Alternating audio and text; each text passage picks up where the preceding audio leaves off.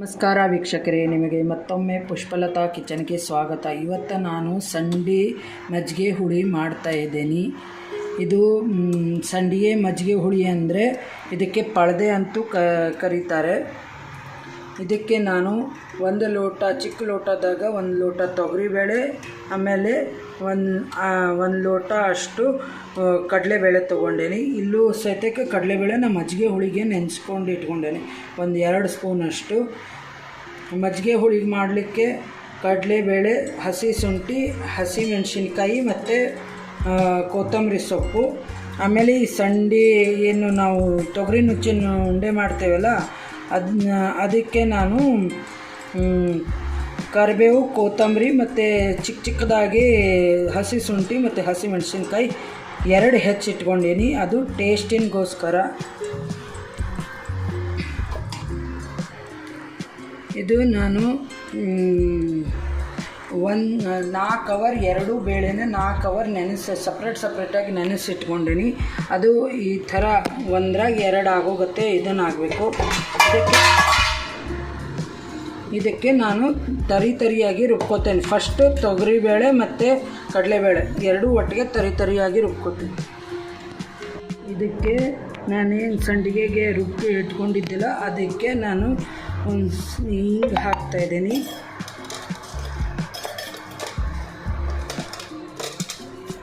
ಆಮೇಲೆ 1 ಸ್ಪೂನಷ್ಟು ಜೀರಿಗೆ,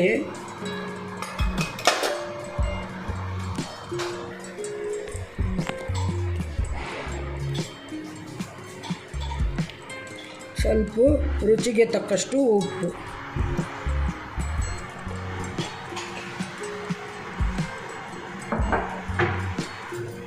ಇದೇನು ನಾನು ಹೆಚ್ಚಿಟ್ಕೊಂಡಿದ್ದೆಲ್ಲ ಕರಿಬೇವು, ಕೊತ್ತಂಬರಿ, ಹಸಿ ಮೆಣಸಿನ್ಕಾಯಿ, ಹಸಿ ಶುಂಠಿ ಎಲ್ಲ ಇದಕ್ಕಲ್ಲೇ ಮಿಕ್ಸ್ ಮಾಡ್ಕೊಂಡು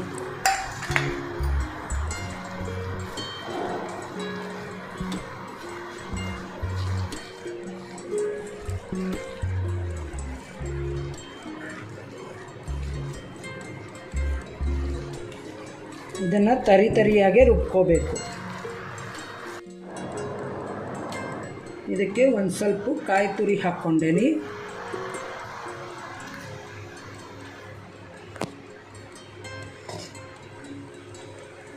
ಆಮೇಲೆ ಇದಕ್ಕೆ ಮಜ್ಜಿಗೆ ಹುಳಿಗೆ ಮಸಾಲೆಗೆ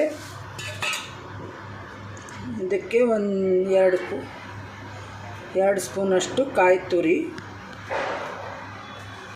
ಇದಕ್ಕೆ ಸ್ವಲ್ಪ ಜೀರಿಗೆ,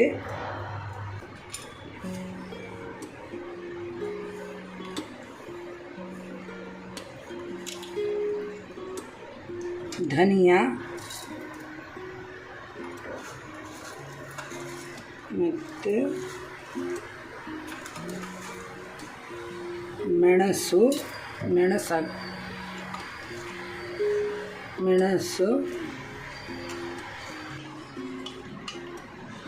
ಆಮೇಲೆ ಈ ಕಡಲೆಬೇಳೆ ನೆನೆಸಿದ್ದು,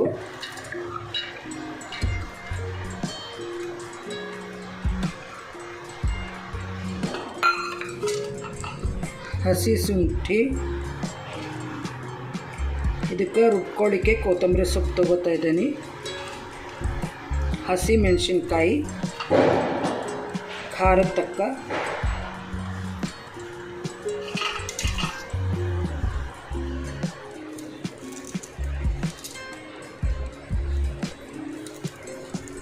ಮೆಣಸು ಮಾತ್ರ ಒಂದು 1/4 ಸ್ಪೂನ್ ಅಷ್ಟು ತೊಗೋಬೇಕು.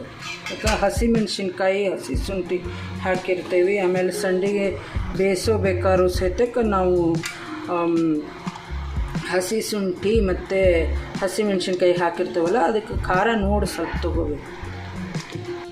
ಮಜ್ಜಿಗೆ ಕಡೆದು ಇಟ್ಕೊಂಡೇನಿ. ಅದಕ್ಕೆ ನಾನು ಇದು ರುಚಿಗೆ ತಕ್ಕಷ್ಟು ಉಪ್ಪು ಹಾಕ್ತಾಯಿದ್ದೀನಿ.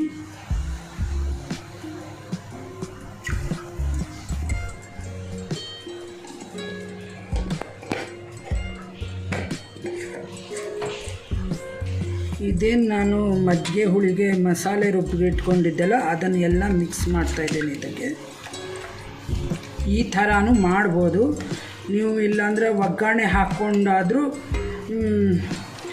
ಇದನ್ನೆಲ್ಲ ಫ್ರೈ ಮಾಡಿ ಹಸಿ ವಾಸನೆ ಹೋಗೋ ತನಕ ಫ್ರೈ ಮಾಡಿ ಆ ಥರನೂ ಮಾಡ್ಬೋದು. ನೋಡಿ ಸ್ವಲ್ಪ ಅರಿಶಿನ ಹಾಕ್ಕೋತಾ ಇದ್ದೀನಿ. ಅದನ್ನೇ ಈ ಥರ ಮಿಕ್ಸ್ ಮಾಡ್ಕೊಂಡು ಬಿಡಬೇಕು. ಇದನ್ನು ಕುದೀಲಿಕ್ಕಿಟ್ಟೇನಿ. ಇದು ಚೆನ್ನಾಗಿ ಕುದಿಬೇಕು.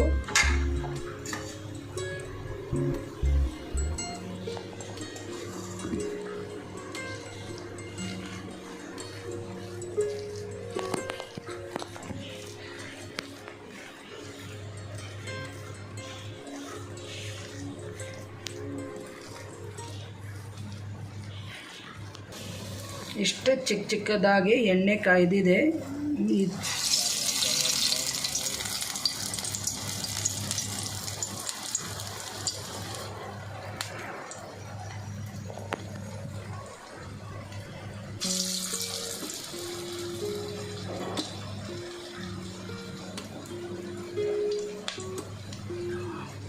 ಈ ಥರ ಚಿಕ್ಕ ಚಿಕ್ಕದಾಗೆ ಕರಿಬೇಕು. ಇದನ್ನು ನೀವು ಬೇಕಾದರೆ ಹಬೆದಾಗೂ ಬೇಯಿಸ್ಕೋಬೋದು. ನೋಡಿ ಇದು ಈ ಥರ ಚೆನ್ನಾಗಿ ಕುದ್ದಿದೆ. ಇದಕ್ಕೆ ಇವಾಗ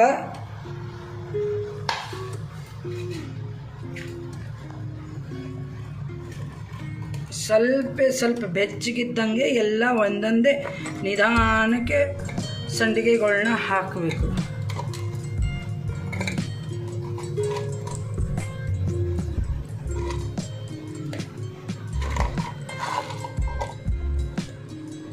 ಆಮೇಲೆ ಒಂದು ಕುದಿ ಕುದ್ದ ಮೇಲೆ ಇದನ್ನು ಆಫ್ ಮಾಡಿಬಿಡಬೇಕು.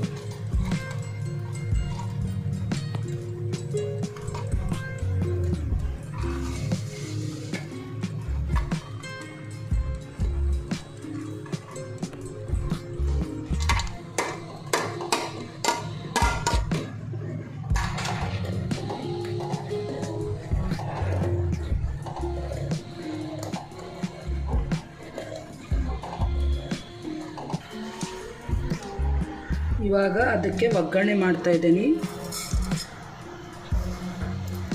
1-2 ಸ್ಪೂನ್ ಎಣ್ಣೆ ಕಾಯಲಿಕ್ಕೆ ಇಟ್ಕೊಂಡೇನಿ. ಅದಕ್ಕೆ 1 ಸ್ಪೂನ್ ಸಾಸಿವೆ.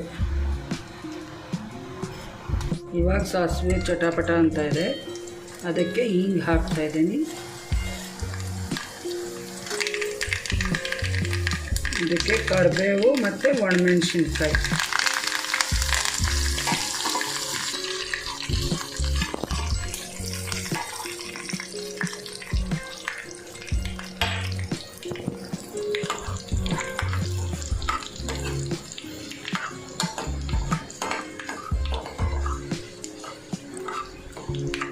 ಇವಾಗ ಇದನ್ನು ಆಗಿದೆ. ಒಣಮೆಣಸಿನ್ಕಾಯಿ ಕರಿಬೇವು ಆಗಿದೆ ನೋಡಿ.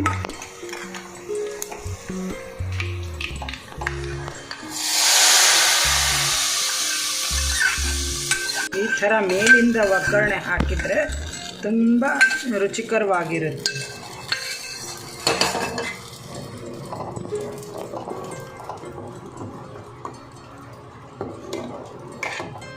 ಇಷ್ಟೇ ಥಿಕ್ನೆಸ್ ಇರಬೇಕು ಮಜ್ಜಿಗೆ ಹುಳಿಗೆ, ಆವಾಗ ಚೆನ್ನಾಗಿರುತ್ತೆ.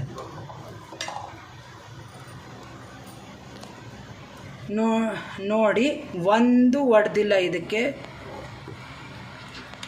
ನೀವು ಬೇಸಾದರೂ ಇದನ್ನು ಮಾಡ್ಬೋದು, ಈ ಥರ ಫ್ರೈ ಮಾಡಾದರೂ ನೀವು ಮಜ್ಜಿಗೆ ಹುಳಿ ಮಾಡ್ಕೋಬೋದು. ಇದು ಮದುವೆ ಸಮಾರಂಭದಾಗೆ ದೇವ್ರ ಸಮಾರಾಧನೆ ಈ ಥರ ಏನಾರು ಫಂಕ್ಷನ್ ಇದ್ದಾಗ ಮಾಡ್ತಾರೆ.